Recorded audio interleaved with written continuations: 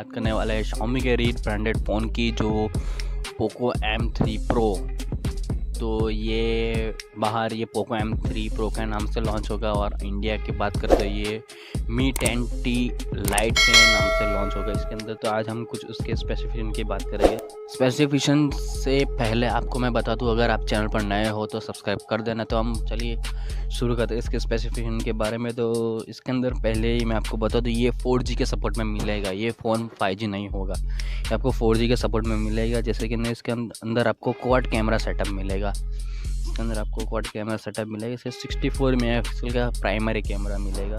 तो अभी इसके जो 3 कैमरे हैं वो अभी कंफर्म नहीं है, इसलिए अभी नहीं बता रहा। अगर हम इसकी सेल्फी कैमरा की बात करें तो 20 मेगापिक्सल का पंच होल कैमरा आ जाता है। मेन सेंटर के अंदर पंच होल कैमरा आ जाता है इसके अंदर।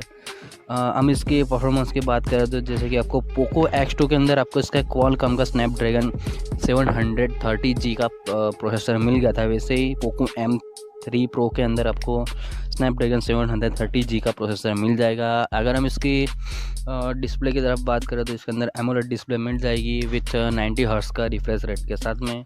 अगर हम इसकी पिक्चर क्वालिटी की बात करें तो इसके अंदर आपको एमोलेड डिस्प्ले मिल जाएगा, जैसे कि 6.5 इंच का डिस्प्ले होगा इसके अंदर, तो वो बहुत अच्छी बात है। अगर हम इसकी स्टोरेज की बात करें तो आपको 64 GB और 128 GB स्टोरेज मिल जाएगा।